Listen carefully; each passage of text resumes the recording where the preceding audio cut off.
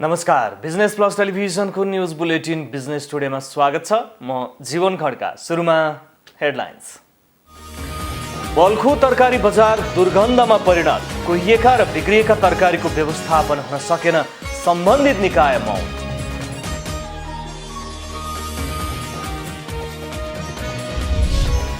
संसदीय समितिद्वारा नारायणघाट बुटवल सडक खण्ड आयोजनाको निर्माण कार्य तोकिएको समयभित्रै सम्पन्न गर्न निर्देशन, आयोजनाको स्थलगत अवलोकन भ्रमण गर्ने निर्णय।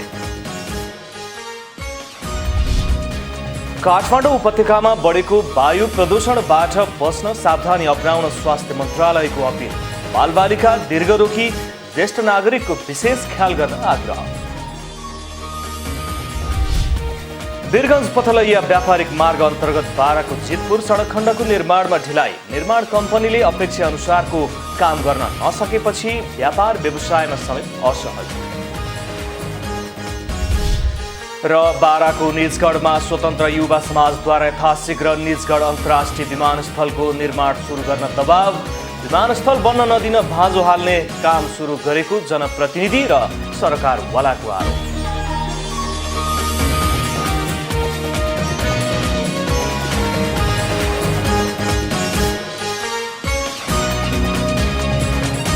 बिजनेस टुडेको सुरुमा बल्खु तरकारी बजार दुर्गन्धमा परिणत सम्बन्धी समाचार। तरकारी भन्ना साथ हरेकको भान्सामा हरेक दिन पाक्ने र दैनिक जीवन र स्वास्थ्यसँग पनि सम्बन्ध भएको विषय हो। तर बल्खु तरकारी बजारको अवस्था भने दुर्गन्धित बनेको छ। आम मानिसको स्वास्थ्यसँग प्रत्यक्ष सम्बन्ध राख्ने तरकारी बजार फोहोरमा परिणत हुँदा समेत कुनै पनि निकायको ध्यान जान सकिरहेको छैन। सहकर्मी रसिला कार्कीको स्थलगत रिपोर्ट। दर्शकबिन, यति बेला हामी बल्खु तरकारी बजारमा आइपुगेका छौँ। हामीले कालीमाटी तरकारी बजार या अन्य तरकारीको बजारको बारेमा हामीले सुन्ने गरेका छौँ। तर वास्तवमा बल्खु तरकारी बजारको अवस्था के कस्तो छ, यहाँका समस्याहरू के छन्, आज हामी यहाँका व्यापारी र यहाँ आइपुगेका ग्राहकहरूसँग बुझ्ने प्रयास गर्नेछौँ। मेरो माधव मगर। यो जुन बल्खु वरिपरि तरकारी बजार वरिपरि यस्तो फोहोर प्रदूषण छ नि, यसले गर्दाखेरि तपाईँलाई सताउँदैन, गाह्रो हुँदैन? गाह्रो हुन्छ नि, गाडी जाँदाखेरि धुलो त्यत्तिकै उडाउँछ, यहाँ भित्र त्यत्तिकै आउँछ, धेरै गाह्रो हुन्छ नि। धेरै धुलो त कति खाइन्छ यहाँको सबै उयोहरू। हामीले अब पटक भनेको नि हो, पहिले हामीले यहाँ सुरु गर्दाखेरि अब हाम्रो कम्पनीबाट पिच गरिदिन्छौँ हामी बाहिर, यस गर्छौँ भन्नुभएको थियो। अहिले 9 वर्ष बित्यो, अहिलेसम्म पिच पनि गर्नु भएन, केही गरिदिएको पनि छैन। हामीलाई त त्यस्तै धेरै नै कष्टै भइरहेछ नि अहिले। यो पहिला त खोला गनाउँथ्यो, अहिले त बानी भइसक्यो, केही जस्तो पनि लाग्दैन। पहिला त अब सुरुमा त यो बाटो हिँड्दा पनि खोला गनाउँथ्यो, अब यही ठाउँमा बसेर व्यापार गर्दा त अहिले त्यो केही फिल नै महसुसै हुँदैन त्यस्तो। अलिअलि तरकारी हो, कहिले पुरै कुहिएर पनि फ्याल्न पर्छ होइन, कहिले गाडीमै पुरै कुहिएको पनि आउँछ।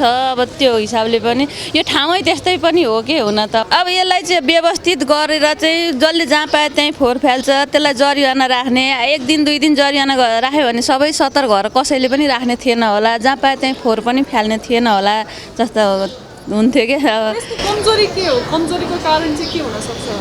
अब यो कमजोरी त कसलाई भन्ने, सबै जसले जहाँ फ्याल्दै नि हुन्छ, हिँड्या भनेको छ, वास्ता व्यस्त नगरेको भइरहेको अहिलेसम्म। बल्खु तरकारी बजारमा तरकारी लिन आउँदा कतिको समस्या छ? समस्या त त्यति धेरै छैन, मात्र यो फोहोरहरूको व्यवस्थापन भइरहेको छैन, त्यही एउटा समस्या छ। अरू चाहिँ त्यस्तो त छैन समस्या। फोहोरमा त अलिकति छँदैछ, त्यहाँ त्यस्तो व्यवस्थित छैन, कुहिएको त्यस्तै फाल्या हुन्छ। त्यो टाइममा जति कुहिएको फाल्यो अनि त्यति बेला नै उठाएर फालिदियो भने त्यस्तो त हुँदैन नि। सरसफाइमा अलि ध्यान दिनुपर्छ, त्यही हो। दर्शकबिन, बल्खु तरकारी बजारमा आइपुग्दाखेरि चाहिँ यहाँको अवस्था एकदमै दयनीय देखियो, किनभने यहाँको बजार व्यवस्था समितिले, कृषि विकास समितिले या भनौँ नगरपालिकाले या ओडाले यसलाई चाहिँ व्यवस्थित रूपमा सञ्चालन गरेको कतै पनि देखिएन।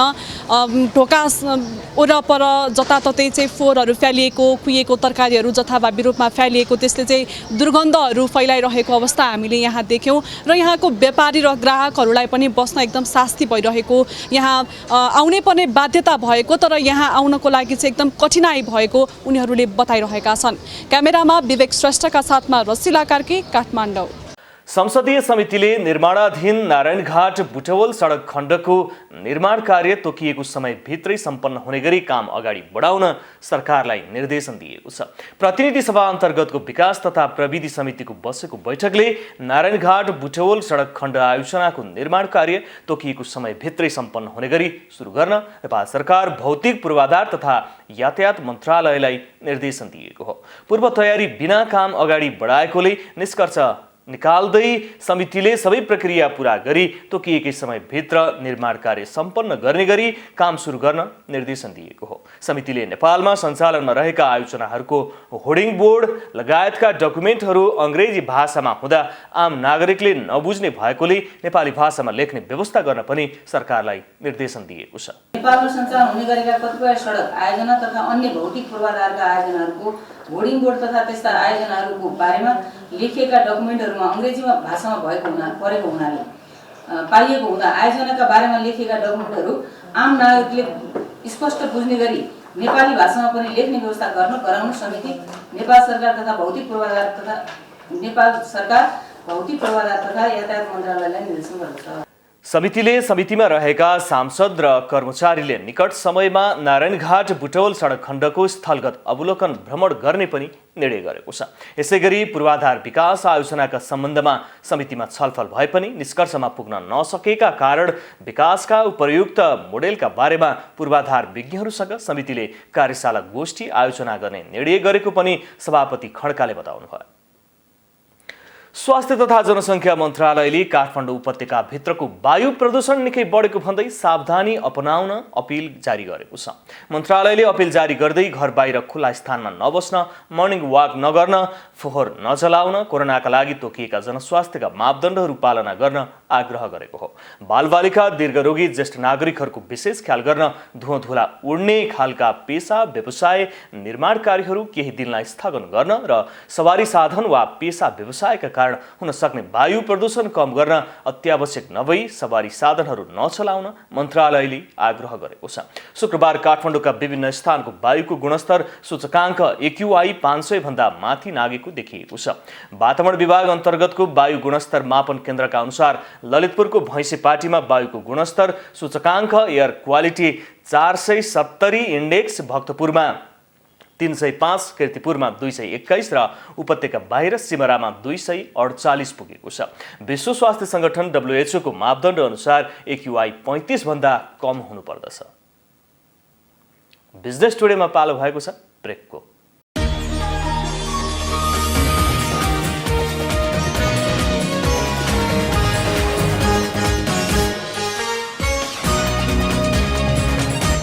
बिजनेस टुडेमा पुनः स्वागत छ। अब बाँकी समाचार। वीरगञ्ज पथलैया व्यापारिक मार्ग अन्तर्गतको बाराकोट जितपुर सडक खण्डको निर्माणमा ढिलाइ भएको छ। निर्माण कम्पनीले अपेक्षा गरे अनुसारको काम गर्न नसकेपछि व्यापार व्यवसायमा समेत असहज भएको भन्दै स्थानीय व्यवसायीहरू आक्रोशित भएका छन्। वीरगञ्ज पथलैया 6 लेन व्यापारिक मार्गको निर्माणमा ढिलाइ भएपछि व्यवसायीले व्यापार धरापमा परेको गुनासो गरेका छन्।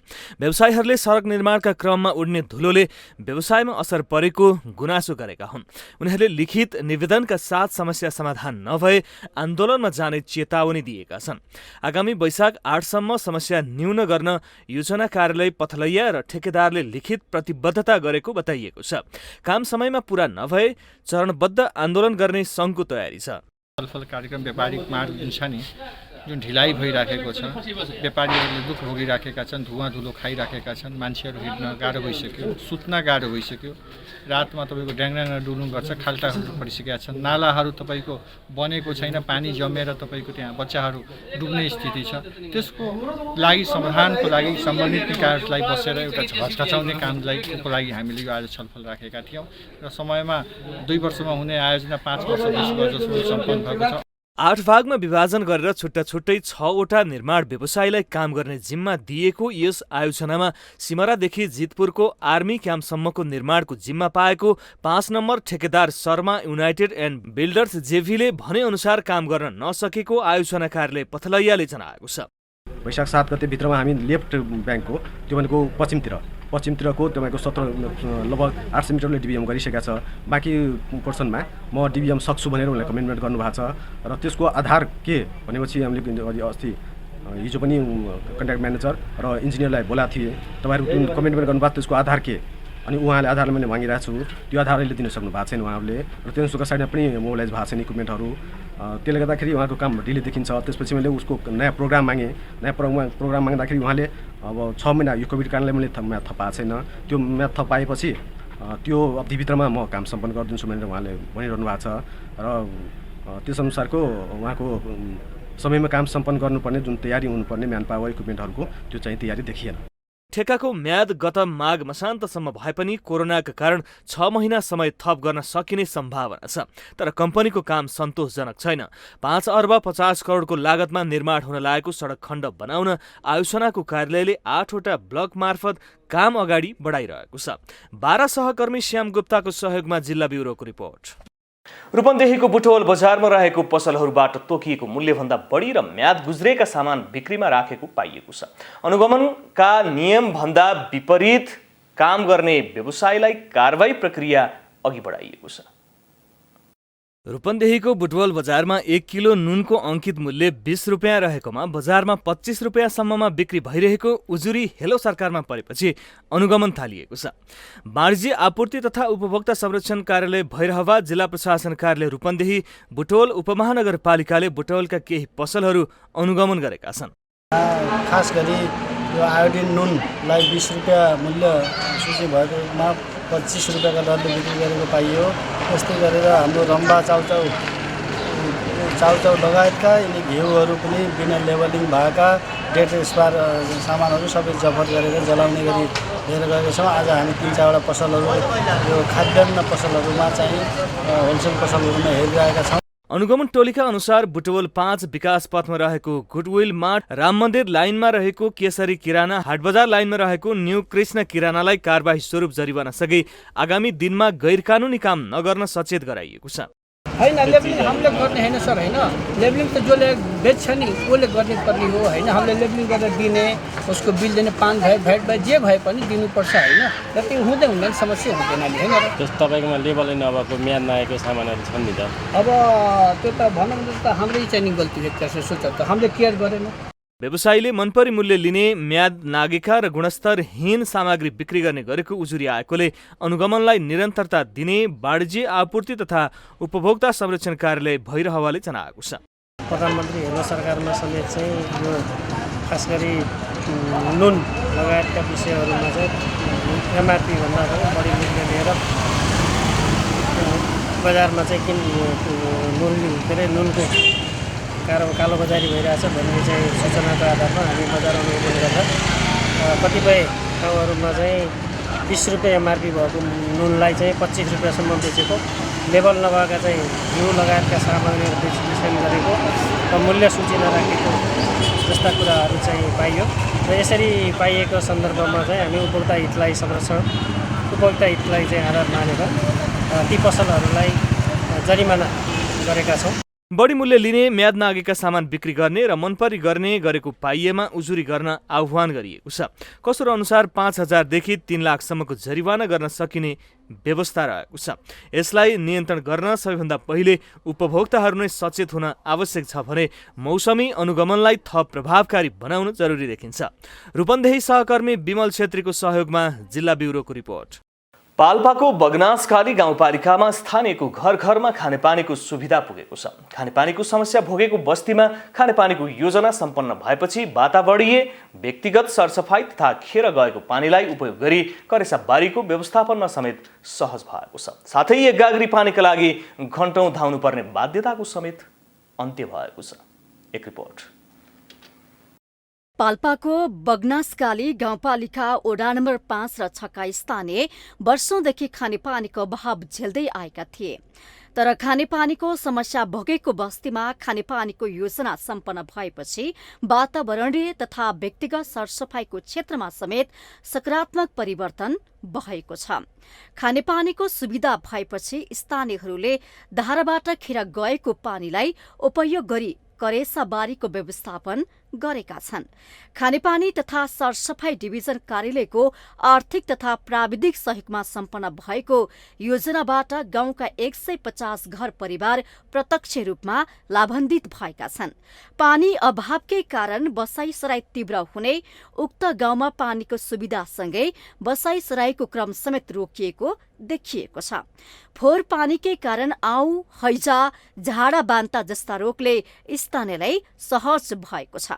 2 बजे पनि उठ्न पर्छ, 3 बजे नि उठ्न पर्छ, जाँदाखेरि पानी नपाउँदाखेरि 6 बज्यो, घर आउँदाखेरि केटाकेटी रुन्थे, खाना अब स्कुल जानु बेर हुन्थ्यो, खाना पकाउन बेर हुन्थ्यो, छोराछोरी उस्तै पर भोकै हिँड्थे। अहिले आनन्द छ। 6-7 जना पछि पालो आउँथ्यो, 2-4 घन्टा पछि हामी 6-7 घन्टा पछि हामी लुगा धुन जानु पर्थ्यो। बाबु नानीहरूलाई स्कुलमा हप्तामा एकचोटि पनि कपडा धुन गाह्रो हुन्थ्यो। अहिले हाम्रो सुविधा भएको छ। यो पानी आएदेखि हामीले तरकारीहरू, प्याजहरू जस्तै अब खुर्सानी लगाएर हामीलाई अलि सुविधा भएको छ। तरकारीको पनि अझै हामी यो पानी अझै खुसी हुन्छौँ। योजना सम्पन्न गर्न 150 घर परिवारले 25 दिनसम्म श्रमदान गरेका थिए। खानेपानीका कारण गाउँमा सकारात्मक परिवर्तन आएको खानेपानी उपभोक्ता समितिले जनाएको छ। टोलमा असाध्यै पानीको दुःख पनि थियो कि पानीको समस्या धेरै। हामी चाहिँ 2 बजे चाहिँ पानी गरेर जाने, यस गाउँमा चाहिँ छाडिएर पनि अब विदेशतिर भन्दा पनि विदेशतिर कमाएर बजारतिर पनि जान सुरु गर्नुभयो कि गाउँलाई चाहिँ नरहेछ पानीको हिसाबले गर्दा उहाँहरू बजारतिर पनि जानुभयो। अहिले चाहिँ हामीलाई चाहिँ धेरै पानीको चाहिँ सुविधा छ। 500 मिटर उचाइमा लिफ्टिङ गरी वितरण गरिएको आयोजनाबाट यस क्षेत्रका 800 बढी जनता लाभान्वित भएका छन्। योजना सम्पन्न गर्न खानेपानी तथा सरसफाई डिभिजन कार्यालय मार्फत 1 करोड 2 लाख, स्थानीयको 21 लाख गरी 1 करोड 23 लाखमा योजना सम्पन्न भएको हो। नेपाल सरकारको तर्फबाट 1 करोड 2 लाख र उपभोक्ताको तर्फबाट 21 लाख गरेर 1 करोड 23 लाखमा यो योजना सम्पन्न भएको छ र यसमा 2 लिफ्ट बाट 150 वटा धाराहरू चलेका छन्। यसमा उपभोक्ताहरूले सक्रियताका साथ अनि सरसफाइको क्षेत्रमा र यस पानी आइसकेपछि यहाँ सुरुमा हामी पानी नआउँदै आउँदा र अहिलेकोमा धेरै परिवर्तन भएको भेटायौँ। धेरै परिवर्तन भएको छ। पूर्ण सरसफाइ हिजो आउँदा यहाँ टोयलेटमा पस्न नसकिने अवस्था थियो, पानी थिएन। 1-1.5 घन्टा अगाडि पानी बोकेर ल्याएर सफाइ गर्ने अवस्था पनि थिएन र अहिले सबै टोयलेटहरू हेर्दा पनि सफा, नेट एन्ड क्लिन छ। धाराबाट खेर गएको पानीलाई उपयोग गरी आय आर्जनको माध्यम बनाउन सकिएको खण्डमा यस्तो योजनाले सार्थकता पाउने देखिन्छ। पाल्पा सहकर्मी प्रकाश नेपालको सहयोगमा जिल्ला ब्युरोको रिपोर्ट। बिजनेस टुडेमा पालो भएको छ ब्रेकको।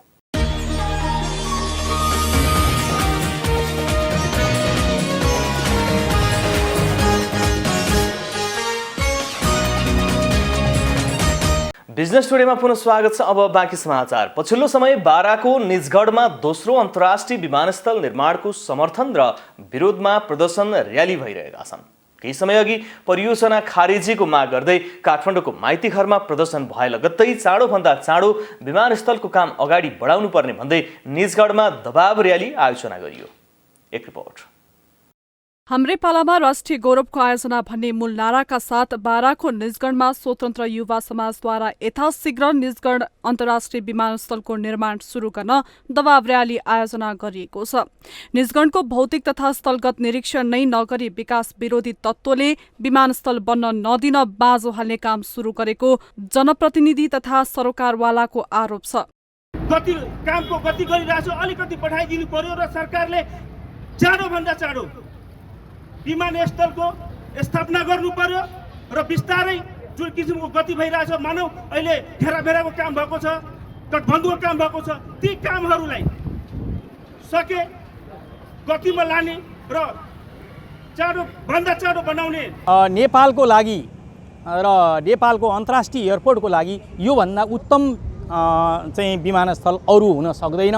साथै नेपालमा अहिले इन्डियाबाट नेपालमा आउने पर्यटकहरू अन्तर्राष्ट्रिय विमानस्थलमा इन्डिया हुँदै नेपाल प्रवेश गर्नुपर्ने कुरा छ।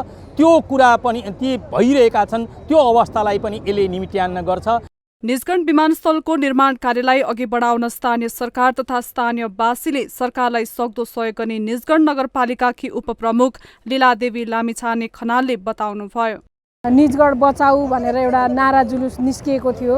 त्यसको विरुद्धमा निजगढ वासीहरू त्यसको विरुद्धमा चाहिँ यो कार्यक्रम भइरहेको छ। त्यसलाई लिएर निजगढवासी लगायत यहाँ मध्य तराई जोड्ने तराईवासी सबै त्यस विषयमा एउटा आतंकित बनेका छन्। यो कहाँबाट निस्क्यो, के भयो भन्ने कुरामा। र अर्को निजगढ नगरपालिका निजगढ विमानस्थलले निजगढको मात्रै नभई प्रदेश नम्बर 2 र राष्ट्रिय अर्थतन्त्रमा महत्त्वपूर्ण भूमिका खेल्ने विश्वास गरिएको छ। गहन अध्ययन अनुसन्धान गरी विकास निर्माणलाई तीव्रता दिनु अहिलेको आवश्यकता हो। 12 सहकर्मी श्याम गुप्ताको सहयोगमा जिल्ला ब्युरोको रिपोर्ट। भारतमा बढ्दै गएको दोस्रो चरणको कोरोना संक्रमणका कारण नेपाली कामदारहरू दार्चुला हुँदै घर फर्कने क्रम बढेको छ। बैतडीको पुचौडीहाट, बझाङको बुङ्गल र दार्चुलाका गरी दैनिक सयौंको संख्यामा कामदारहरू दार्चुलाको खलङ्गा नाकाबाट घर फर्कन थालेका हुन्। सीमा नाकामा कुनै किसिमको चेक जाँचको व्यवस्था गरिएको छैन भने दैनिक कति कामदार नेपाल भित्रन्छन् भने तथ्याङ्क समेत सरकारी निकायसँग छैन। कामदारहरू कोरोना भाइरसको चेक जाँच नगरी घर फर्कन थालेसँगै नेपालमा कोरोना भाइरसको दोस्रो चरणको संक्रमण फैलिने आशंका बढ्दै गएको छ। नेपाल दूरसञ्चार कम्पनी नेपाल टेलिकमले आर्थिक वर्ष 2076-77 को नाफाबाट शेयर धनीलाई प्रति शेयर 40 रुपैयाँका दरले नगद लाभांश वितरण गर्ने निर्णय गरेको छ। टेलिकमको शुक्रबार बसेको 13औं वार्षिक साधारण सभाले सञ्चालक समितिले प्रस्ताव गरेको 40% नगद लाभांश पारित गरेको हो। यस्तै साधारण सभाले वार्षिक प्रतिवेदन पास गर्ने, अनुसूचीहरू पारित गर्ने र आर्थिक वर्ष 2077-78 को लागि महालेखा परीक्षकको कार्यालयको परामर्श तथा कम्पनीको लेखा परीक्षण समितिको सिफारिसमा लेखा परीक्षक नियुक्त गरेको टेलिकमका प्रवक्ता राजेश जोशीले बताउनु भएको छ। साधारण सभाले सर्वसाधारण शेयर धनीको प्रतिनिधिमा अम्बिका प्रसाद पौडेललाई निर्विरोध निर्वाचित गरेको पनि प्रवक्ता जोशीले बताउनुभयो। महालेखा परीक्षकको कार्यालयको परामर्श तथा कम्पनीको लेखा परीक्षण समितिको सिफारिसमा लेखा परीक्षक ज्यूहरू नियुक्त गर्ने काम पनि सम्पन्न भयो। यस्तै गरेर सर्वसाधारण शेयर धनीको प्रतिनिधि मा अम्बिका प्रसाद पौडेलज्यू निर्विरोध निर्वाचित भएको घोषणा पनि भयो। यसको अलावा आर्थिक वर्ष 76-77 को डिभिडेन्ड नगद लाभांश प्रति शेयर रु 40 घोषणा गरियो। साधारण सभामा शेयर धनीले राखेको जिज्ञासाको जवाब कम्पनीका अध्यक्ष र कार्यकारी प्रमुखले दिनुभएको पनि प्रवक्ता जोशीले बताउनुभयो। टेलिकमले गत आर्थिक वर्षमा 9 अर्ब 74 करोड 89 लाख रुपैयाँ नाफा आर्जन गरेको थियो। यस्तै कम्पनीको प्रति शेयर आम्दानी 64 रुपैयाँ 79 पैसा रहेको छ। गत आर्थिक वर्षमा टेलिकमको कुल ग्राहक संख्या 2 करोड पुगेको वार्षिक प्रतिवेदनमा उल्लेख छ। बुलेटिनको अन्त्यमा अहिलेसम्मका हेडलाइन्स। बल्खु तरकारी बजार दुर्गन्धमा परिणत, कुहिएका र बिग्रिएका तरकारीको व्यवस्थापन हुन सकेन, सम्बन्धित निकाय मौन।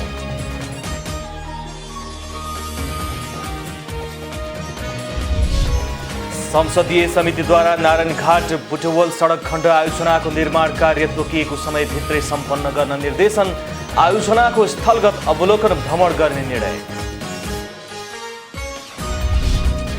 काठमाडौँ उपत्यकामा बढेको वायु प्रदूषणबाट बस्न सावधानी अपनाउन स्वास्थ्य मन्त्रालयको अपिल, बालबालिका, दीर्घरोगी, ज्येष्ठ नागरिकको विशेष ख्याल गर्न आग्रह। वीरगञ्ज पथलैया व्यापारिक मार्ग अन्तर्गत बाराको जितपुर सडक खण्डको निर्माणमा ढिलाइ, निर्माण कम्पनीले अपेक्षा अनुसारको काम गर्न नसकेपछि व्यापार व्यवसायमा समेत असहज। र बाराको निजगढमा स्वतन्त्र युवा समाजद्वारा यथाशीघ्र निजगढ अन्तर्राष्ट्रिय विमानस्थलको निर्माण सुरु गर्न दबाव, विमानस्थल बन्न नदिन भाँजो हाल्ने काम सुरु गरेको जनप्रतिनिधि र सरकारवालाको आरोप।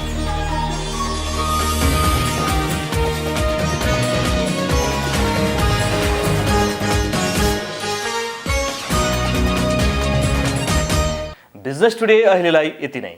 हेर्दै रहनुहोला business plus television. Business plus, business first. नमस्ते।